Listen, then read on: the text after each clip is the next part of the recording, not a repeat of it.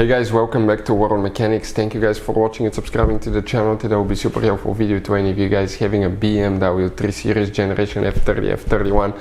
This is the 3 Series from year 2013 to year 2019.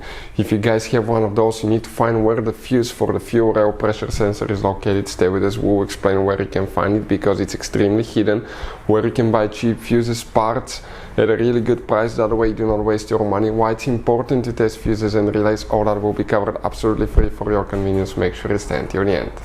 So before we start, let me tell you a little bit about us, guys. Every single car that we get here at the garage, we try to make at least 200 to 300 free repair videos. We take them completely apart, we show you how to fix pretty much anything, engines, transmissions, bodywork.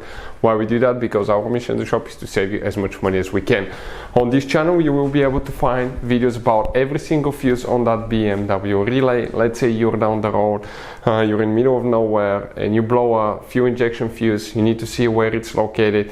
We'll have the video on the channel. You just search for 1 or 2 minutes, look at the video, replace it and you're back on the road. Otherwise, guys, it's really confusing with these fuses. That's why we're making these videos.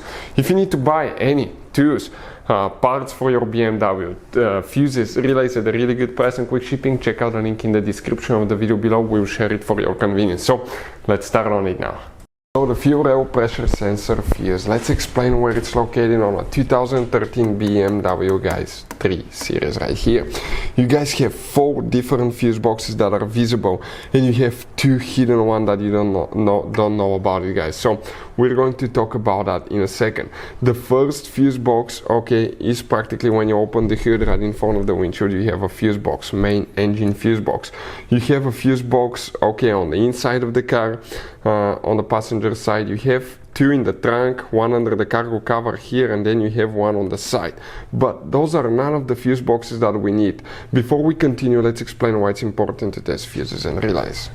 So now, why it's super important, guys, to test fuses and relays? Because often you may think you have a good fuse, right?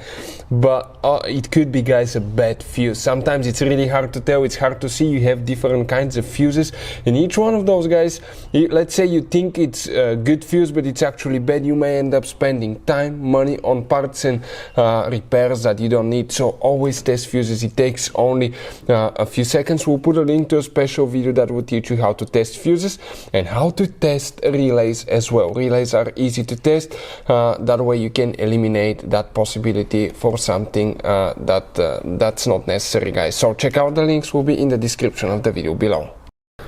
So if you come right here, guys, on your BMW 3 Series on the driver's side, okay, right here you have that power box, okay, right there. And in that power box you guys will notice that right here you're going to have, okay, you have something that looks like a fuse box. You have fuses right here, 5 different fuses and a relay. That relay on top usually is for the diesel computer, but right here you're going to have 5 integrated fuses, and these fuses, guys, the first fuse on the very top will be the one for the fuel rail pressure sensor. Now unfortunately, guys, practically, okay, you have to replace the whole thing.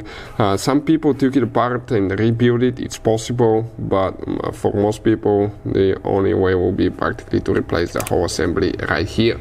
If you guys have any questions, let us know. Hopefully the video will be helpful. Thank you for watching. See you next time.